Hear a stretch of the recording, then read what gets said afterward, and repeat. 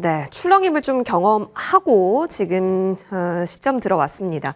양대지수 플러스권 유지는 하고 있는 상황입니다. 워낙 근데 이제 앞으로가 좀 걱정이 되고 어떻게 될까 시나리오 세우는데 착잡할 수 있겠습니다. 두 분과 얘기 나눠볼게요. 퍼스트 프라임 리서치 이동근 대표, 루크투자연구소 임순재 대표 나와주셨습니다. 두 분 어서 오십시오. 안녕하십니까?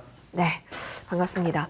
자, 시장이 어제 다르고 오늘 다르고 그런 움직임이었다가 사실 관세가 협상 수단인 것을 확인했거든요. 근데 오후장 접어들어서 중국과는 협상할 수가 있는 게 아닌 것 같아요. 일단 중국은 10일부터 일부 미국 상품에다가 10% 관세 부과하겠고 에너지단에 있어서는 뭐 LNG나 석탄에 있어서는 15% 부과하겠다. 미국은 중국산 상품 전체에 대해서 10% 추가 관세 부과한다라는 얘기가 로이터 통신을 통해서 나왔습니다. 그때 이제 지수 출렁이도 같이 있었거든요. 근데 이게 일시적인 해프닝일까요? 아마 계속 일어날 수 있는 일 아닐까요? 그렇다면 우리는 주식 투자를 함에 있어서 어떤 관점으로 봐야 할지 임순재 대표님. 해지 종목이나 아니면 진짜 지금은 관망을 해야 되는 건가? 근데 사실상 주식을 한다라는 것은 유망한 쪽에 투자를 하겠다라는 건데 이렇게 심리 자체가 흔들려 버리면 참 쉽지는 않거든요. 어떤 포지션으로 대응하는 것이 좋겠습니까? 일단 뭐 리스크, 관세 관련된 리스크는 아마 상당 부분 오래 걸릴 시간이 갈 가능성이 좀 있다라고 생각을 하고 있습니다. 물론 지금 관세를 뭐 카나다나 그다음에 이제 멕시코 같은 경우는 마약이나 아니면 이민 문제와 지금 같이 연결해서 지금 풀어가고 있는 그런 상황입니다. 그렇지만 이렇게 국경을 맞대고 있지 않는 뭐 중국 같은 경우에는 이런 지금 문제가 단순하게 그렇게 쉽게 해결될 수 있는 문제가 아니다라고 보시면 될 것 같고요. 특히 양국에서 지금 서로 이제 관세를 서로 물리겠다라고 지금 뭐 얘기들을 하고 있는 그런 상황입니다. 그렇다라고 하게 되면 이 문제가 물론 이제 오늘 또 밤에 양측에서 또 뭐 회담을 한 결과 또 2월 10일까지니까 아마 조금의 뭐 회담을 할 수 있는 그런 협상 기간이 좀 남아있다라고 보여지지만 그 문제에 대해서는 여전히 얘기가 나올 수밖에 없는 거고요. 그리고 또 뭐 단순히 이게 뭐 캐나다, 미국 그다음에 캐나다, 멕시코, 이제 중국뿐만 아니라 지금 EU와도 지금 계속 관세와 관련된 얘기들이 나오고 있는 그런 상황입니다. 그렇다라고 하게 되면 이런 트럼프발 관세 이슈는 아마 한동안은 좀 더 이어질 가능성은 있고요. 이번 관련된 뭐 합의가 이루어졌다라기보다는 한 달 동안 유예가 된 것뿐입니다. 그러니까 한 달 동안 협상 과정이 뭐 그냥 순탄치 않다라고 하게 되면 한 달 이후에 다시 또 관세 문제가 또 불거질 가능성은 여전히 남아 있고요. 특히 4월 달에는 보편적 관세를 지금 물리겠다라고 지금 얘기를 하고 있는 상황이기 때문에 관세에 대한 이슈는 계속 좀 나올 걸로 예상이 되는데 과연 이 문제에 대해서 너무 이제 시장에서는 어제 오늘 좀 과민하게 좀 반응하고 있는 측면은 좀 없지 않아 있다라고 좀 생각을 하고 있습니다. 네, 이동근 대표님.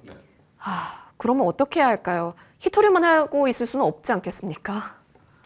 사실 이제 오늘 뭐 시장이 또 그 변동성을 가져오고 있는데 이러한 그 변동성이 좀 시장이 좀 익숙해질 거예요. 지금 처음이기 때문에 뭐 일기 때 겪어봤지만은 또 그동안 세월 있지 않습니까? 예. 그러다 보니까 이제 또 약간 적응하는 데 시간이 필요한 거고요. 그러니까 우리가 얘기하는 뭐 트럼프 대통령의 어떤 그런 전략들 뭐 우리가 얘기하는 뭐 매드맨 전략이라고 우리가 매드맨 시오리라는 표현을 많이 쓰는데 결국 일단 질러놓고 그러면서 이제 뒤에서 협상하고 이런 것들의 반복이 되지 않겠는가 당분간은 뭐 EU가 지금 타겟이 되고 결국 메인 타겟이 중국이라는 부분이 오늘 확인이 되고 있는 거죠. 24시간 내에 통화한다고 그랬는데 중국하고는 좀 달라요. 멕시코하고 캐나다와의 어떤 협상과는 좀 다릅니다. 이거는 상당히 길게 될 거고 그리고 최근에 이제 더군다나 딥시크 이슈를 해가지고 어떻게 보면은 중국이 그만큼 지금 미국을 위협하는 위치까지 왔다는 게 또 한번 확인된 거지 않습니까? 그러다 보면은 사실은 중국하고의 어떤 이런 협상은 굉장히 장기화가 될 거고 그런 가운데 서로 간에 많은 그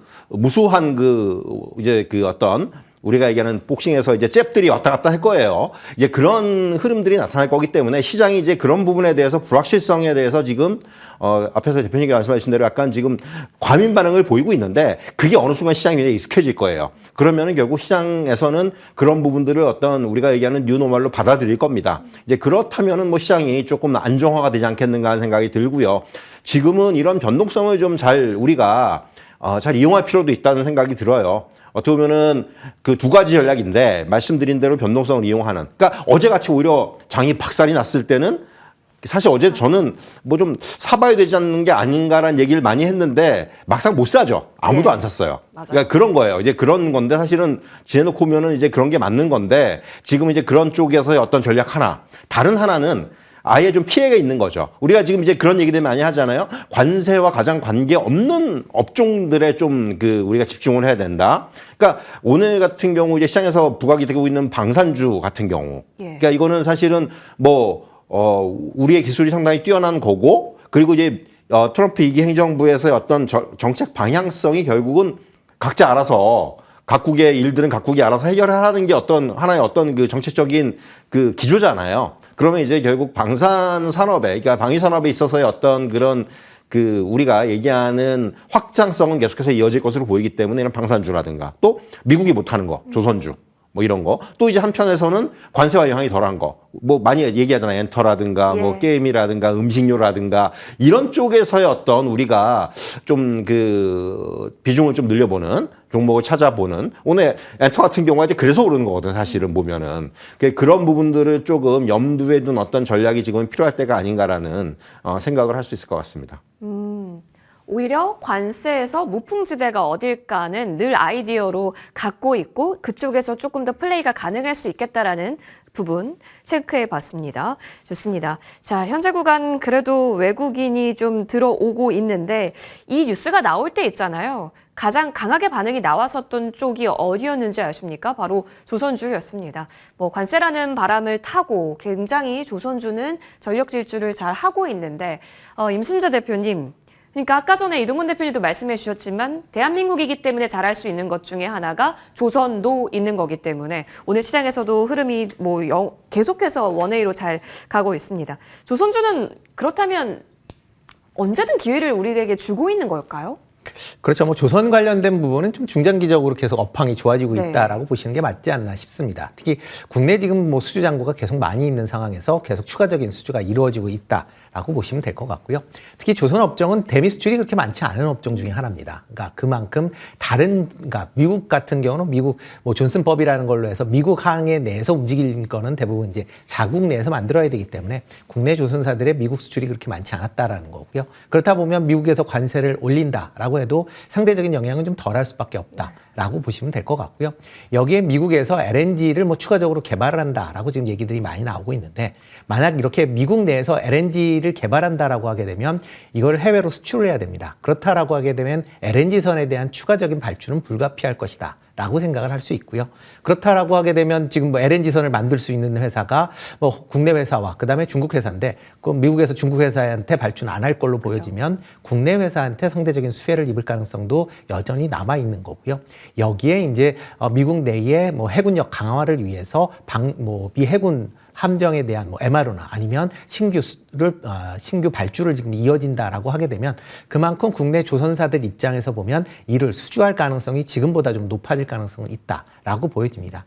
그렇기 때문에 투자자 입장에서도 이런 조선주에 대한 그런 이제 인식하에서 관련된 이제 종목들에 관심을 갖고 계시는 거 아닌가라는 생각을 해보고 있고요. 특히 이런 이제 수주가 계속 이어지는 상황이다라고 하게 되면 조선주들의 실적도 계속 지금 클락슨 신조선가가 우상향하고 있는 상황에서 매출이나 순이익은 계속 증가할 수밖에 없다라고 보시면 될 것 같습니다.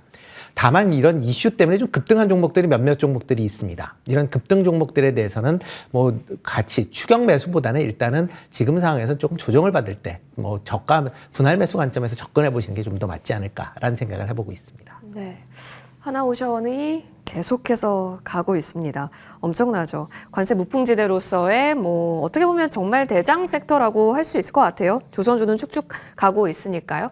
그럼 이제 이쪽으로 한번 넘어가 볼까요? 방산 얘기 한번 가보겠습니다. 이동근 대표님, LIG 넥스원 어제 장마치고 예상 상회하는 실적 잘 내놨습니다. 그리고 이재명 대표도 K방산 적극 지원 육성하겠다라는 발언까지 보탬이 되고 있는 상황이에요. 방산주가 이제 전고 트라이 영역까지는 이제 충분히 또 길이 열려 있다라고 봐도 괜찮을까요? 사실 이제 앞에서도 잠깐 언급드렸지만은 방산주 같은 경우는 이제 조선 업종하고 마찬가지로 트럼프 2기 행정부에서의 어떤 수혜 가능성이 높은 그런 업종이라고 볼 수가 있을 것 같고요.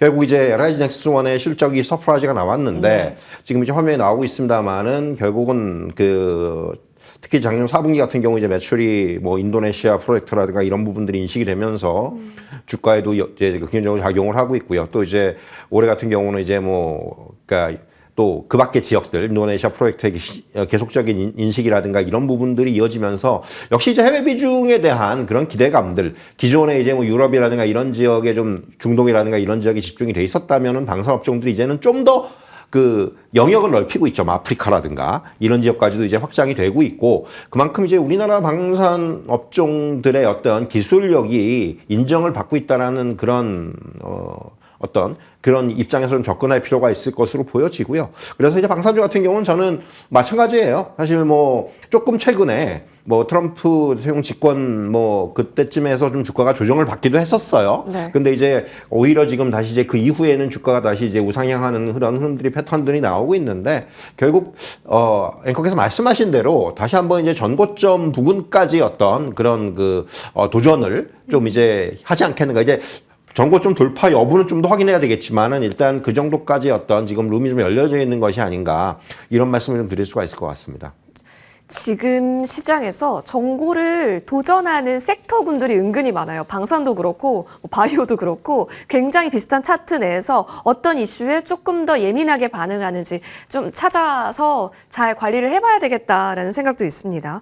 좋습니다. 그러면 이제 좀 낙폭을 어제 과하게 보인 쪽이 있습니다. 이걸 과하다라는 표현이 맞는지 아니면 적절히 반응을 보였다라고 표현하는 게 맞는지 싶은데요. 일단 뭐 자동차도 있을 수 있겠고요. 그리고 2차 전지 쪽도 있을 수 있겠습니다. 일단 오늘 시장에서는 사실상 일부 그래도 만회하려는 흐름이 좀 나오려다가 다시 또 그냥 그 부분 보여지기도 하고, 비 내린 곳은 마를 때까지는 안 보는 게 맞을지 싶기도 하고요. 임 대표님, 워낙 지금은 수혜주에서 놀기 충분한가요? 그렇죠. 뭐 피해주 쪽으로는 일단 좀 보칠 필요는 없지 않을까라는 좀 생각을 해보고 있습니다. 특히 뭐 2차 전지 같은 경우에는 여전히 지금 미국 내에서 전기차 보조금에 대한 이슈가 남아 있습니다. 물론 없앤다라고 했는데 그 과연 없앨 것이냐, 아니면 뭐 AMPC는 남길 것이냐, 뭐 이런 부분에 대해서 여전히 얘기가 나와 있는 네. 그런 상황이고요. 물론 이제 자동차 업체들, 국내 이제 자동차 업체 같은 경우는 미국 내에서 지금 생산량을 계속 좀 확대를 하겠다라고 얘기를 하고 있기 때문에 상대적으로 뭐 영향을 좀 덜 받는다라고는 하지만, 만약 미국 내에서 보편적 관세가 이루어진다라고 하게 되면 그만큼 수출되는 차량에 대해서 미국 내에서 가격 경쟁력이 좀 떨어질 수밖에 없다라고 생각이 되고요. 그러면 관련돼서 매출 측면에서도 약간 좀 부정적으로 볼 수 있다라는 거 이제 많이들 생각을 할 수 있습니다. 뭐 그렇기 때문에 자동차 관련된 종목들은 그런 이슈 때문에 뭐 약해질 수는 있다라고 보여지지만, 그렇지만 미국 내뿐만 아니라 뭐 글로벌 시장 전체적으로 국산 자동차에 대한 판매가 계속 증가하고 있는 관점에서 본다라고 하게 되면 자동차주들이 여전히 아직까지는 주가가 저평가되어 있는 구간 속에서 있는 거 아닌가라는 생각을 좀 해보고 있고요. 대신 이제 2차 전지 같은 경우는 확실하게 미국 내에서 이런 이제 친환경 관련된 그러니까 보조금이 어떤 식으로 지급이 될지 확정된 이후에 보셔도 되지 않을까라는 생각을 해보고 있습니다. 특히 미국 내에서 전기차 판매가 예상보다 그렇게 크게 증가하지 못하고 있기 때문에 지금 대규모 투자를 해놨다라는 상황에서도 그렇게 기업들 입장에서 보면 매출이 증가하지 않으면 영업이익 측면에서 상당히 부정적으로 작용할 수밖에 없다라고 보시면 될 것 같고요. 그렇기 때문에 이런 기업, 2차 전지 관련된 기업들은 실적이 확실히 바닥을 찍고 턴어라운드 되는 걸 확인하신 이후에 접근하셔도 늦지 않다라고 생각을 하고 있습니다. 그렇죠. 지금은 아무래도 피해주라고 하는 그 낙인이 찍혀 있어가지고요. 그렇죠. 이 부분을 어떻게 과연 회복시켜 가는가. 사람의 말보단 거래량이라든지 주가 반응을 보면서 어쨌든 판단을 내려야 될 수밖에 없는 것 같아요. 현재 구간. 자, 이어서 이쪽 넘어가겠습니다. 바이오 얘기도 아까 전에 방산하면서 잠시 나눴었는데요. 마찬가지예요. 이동훈 대표님, 알테오젠 코스닥 1위 종목 전고 트라이 구간 지금 잘 만들어가고 있는 상황. 뭐 우리가 그동안 알보리 펩이라고 불렀었던 종목들 오늘 시장에서 그래도 플러스권 흐름이 좀 세게 나오더라. 그럼 여전히 이쪽에 돈 잘 벌여다 줄 거 맞고, 관세 이야기 여러 가지 폭풍이 불어 닥치지만 믿을 것은 돈 벌어줄 수 있는 확실한 활로 있는 쪽이 맞는 걸까요? 바이오에 대한 투심은 어떻게 분석하세요? 이제 그 위기와 기회가 다 있다고 네. 말씀드릴 수가 있을 것 같아요. 지금 이제 화면도 나오고 있습니다만, 사실은 뭐 올해 이제 바이오 업종에 대한 기대들이 많았었고 주가 흐름 자체도 그렇게 좀 나타나고 있었죠. 사실 조금 조정을 받나 싶었지만은 뭐 사실 대표 종목이라고 할 수 있는 삼성바이오로직스 같은 경우 다시금 이제 110만 원까지 왔고요. 예. 이제 그런 흐름들 뭐 최근에 유한양이라든가 이런 종목들의 움직임도 나쁘지 않았고요. 결국 그런 모습들이 나타나면서 결국은 이러한 어떤 이제는 뭐 작년부터 계속해서 그런 말씀 드렸었는데 바이오 업종을 볼 때는 이제는 내용, 그러니까 실적이 이제는 따라오는 쪽에 종목들이 굉장히 늘어나기 시작을 했다라는 부분들, 이런 부분들. 과거에 이제 막연하게 바이오는 어떤 기대감으로 인해서 이제 우리가 접근을 했다면은 이제는 실적을 보고 접근할 수 있는 그런 어떤 계기가 마련이 됐다라는 말씀 드릴 수가 있을 것 같고요. 그래서 사실은 뭐 이제 바이오 업종들도 다시 한번 정고점을 트라이하는 이런 종목들이 좀 발생을 하고 있는데 다만 이제 지금 화면에 나오고 있는 관세에 대한 생각을 안 할 수는 없어요. 이게 결국은 시간의 문제인 것 같거든요. 결국 타겟이 계속해서 지금 이제 옮겨지고 있단 말이에요. 국가별 타겟이 뭐 이제 멕시코, 캐나다, 중국, 뭐 EU 이런 식으로 계속해서 우리나라도 아마 조만간에 그 타겟으로 작용을 하지 않겠는가 하는 생각도 들고요. 또 업종도 마찬가지입니다. 사실 이제 그런 쪽에서 계속해서 지금 한 번은 거쳐가야 되는 과정이라고 생각이 되기 때문에 결국 그런 부분들을 어떻게 잘 넘어갈 수 있는지 이 부분이 굉장히 중요할 것 같아요. 분명히 또 이제 관세 만약에 영향권 안에 들어간다면은 주가가 또 한 차례 흔들릴 수 있어요. 근데 저는 오히려 그렇게 흔들릴 때가 또 한 번의 매수 기회가 될지 않겠나. 흔들릴지 않을지는 봐야 되겠지만은 만약에 그런 것들이 영향을 준다면은 다시 한번 매수 기회의 어떤 좋은 매수 기회가 오는 것이 아닌가라는 그런 말씀도 좀 드릴 수가 있을 것 같습니다. 그렇다면 일단 장기 호흡으로 봤을 때는 어쨌든 좋은 방향으로서 여러분의 생각거리 안에는 바이오도 좀 있어 봐야겠다. 이런 생각도 드네요. 알겠습니다. 이제 또 오늘 장에 있어서 화제 인물이 있습니다. 관련해서 어떤 종목들이 움직이고 있는지 볼게요. 기관 순 매수인데요. 반도체 투톱도 나란히 들어가 있는데 카카오 있습니다. 기관이 그래도 담고 있다라는 점. 네이버까지 동시에 일제히 담고 있네요. 자, 이어서 시가 대비 상승률로 한번 보겠습니다. 의료 붙은 쪽도 있고, 뭐 바이오 쪽도 있고, 양자 쪽도 있고 굉장히 다양하죠. 그런 상황 속에서 삼성전자 연결고리 있는 종목이라든지 같이 보이고 있습니다. 자, 여러분 어떻게 해석하고 계십니까? 바로 이분의 입김 덕분이었습니다. 샘 올트만 방한했고요. 수혜주를 이제 찾아 나서기 바쁜 오늘 시장이었습니다. 여러 가지 재료를 던져줬어요. 로봇도 던져줬고, 의료 AI 단도 던져줬고, 스타게이트에 한국 기업이 참여할 수도 있다라는 얘기까지 여러 가지 재료들을 던져주게 되면서 오늘 많은 종목들 움직임이 나왔는데 여기서 옥석가리기가 이제 또 시작이 되는 건가 싶기도 합니다. 자, 임 대표님. 일단은 이제 그 카카오와의 본격 협력 뉴스가 가장 속보로 먼저 뜨기도 했었는데요. 카카오는 그렇게 치면 스트롱바이 아닌가 싶은데 오늘 장에서 왜 이러지? 이 의문을 남깁니다. 그러면 오늘 살 수 있는 건가? 이런 생각도 들거든요. 네, 그렇죠. 뭐 어저께 큰 폭으로 올랐다가 오늘 좀 네. 빠지고 있는 그런 모습입니다. 그러니까 샘 올트만 오픈 AI 이제 CEO가 들어오면서 이제 국내 AI 관련된 그런 이제 이슈를 좀 더 부각시켰다는 측면이 있습니다. 특히 뭐 딥시크 이후에 지금 오픈 AI도 여러 가지 지금 도전에 이제 직면해 있는 그런 상황이기 때문에 그런 부분을 해결하기 위한 그런 이제 포석이다라고 보시면 되는데 일단 뭐 여러 가지 이제 AI 관련돼서 얘기들이 나오고 있는 상황이기 때문에 관련된 종목들이 관심을 갖고 있고요. 그다음에 어떤 기업들의 뭐 협력이 얘기가 되느냐에 따라서 그 종목들에 대한 움직임도 같이 나올 수는 있다라고 생각을 하고 있는데요. 그렇지만 이제 그러니까 오픈 AI가 국내에 들어와서 AI 생태계와 관련돼서 뭐 협력을 한다라고 하게 되면 이런 협력 관계가 오픈 AI가 우위에 지고서 이제 협력을 하겠다라는 겁니다. 그러니까 자기네 필요한 데를 확인하겠다라는 건데 그만큼 또 기술력도 그거에 맞춰서 상응한 그런 모습을 보여야 된다라고 보시면 될 것 같습니다. 특히 이제 카카오가 AI 쪽으로 투자를 한다라고는 하지만 그렇게 아직까지 AI에 관련된 부분이 뚜렷하게 나와 있지 않은 상황에서 지금 오픈 AI와 협력을 통해서 그 부분을 좀 해소하겠다라는 측면에서 시장은 좀 긍정적으로 볼 수는 있긴 하겠지만 그렇다고 카카오가 만들고 있는 현재 AI 가 과연 그거를 쫓아갈 수 있겠느냐라고 보면 좀 퀘스천입니다. 그러니까 단순히 오픈 AI의 한국 서비스를 위한 어떻게 보면 대리인 정도에 멈출 가능성도 있다라고 보시면 될 것 같고요. 그렇다라고 하게 되면 카카오가 지금 하고 있는 여러 가지 사업 중에 한 사업에 불과할 정도로 그렇게 AI가 영향을 미칠지 못할 가능성에 대한 부분도 같이 보셔야 될 걸 되지 않을까라는 생각을 해보고 있습니다. 만약 본다라고 하게 되면 뭐 카카오보다는 아마 네이버를 보는 게 국내에서는 AI 측면에서 보면 더 맞는 거 아닌가라는 생각을 좀 해보고 있습니다. 그래요? 재밌네요. 여러분 어떻게 생각하세요? 이동우 대표님은 어떻게 보세요? 네이버와 카카오. 이걸 우리가 구분해서 좀 보자면 키는 그래도 네이버가 많이 올라와 있긴 하잖아요. 사실 이제 그런 거죠. 그 주가가 이제 딥식 이슈가 시장에서 불거졌을 때 우리나라에서 가장 많이 오른 게 네이버 카카오예요. 사실 이제 그런 거예요. 그러니까 딥시크가 했다고 그러면은 네이버 카카오도 할 수 있는 거 아니야라는 어떤 기대감들이 주가에 이제 예. 주가를 끌어올린 부분인데 좀 그거는 이제 그야말로 어떤 기대감으로 해서 주가가 올랐고 오히려 오늘 카카오 같은 경우는 오픈 AI와의 어떤 협력이 나왔음에도 불구하고 이슈가 나왔음에도 불구하고 오히려 이 뉴스에는 셀론이 나왔단 말이에요. 그러니까 이게 어떻게 보면은 기대감으로 주가는 올랐지만은 막상 이슈가 뜨니까 이제 셀론이 나온 건데 아직까지 시장의 반응은 그 정도라는 생각이 듭니다. 향후에 이제 결국은 이제 오픈 AI도 지금 발등에 약간 불이 떨어진 상황이기 때문에 뭔가 지금까지 했던 방향성과는 좀 다른 방향성으로 수정을 해야 될 필요가 있는 거고, 이제 오늘 우리는 샘 올트만이 와가지고 뭐 여기저기다 좀 리서비스를 하고 다닌단 말이에요.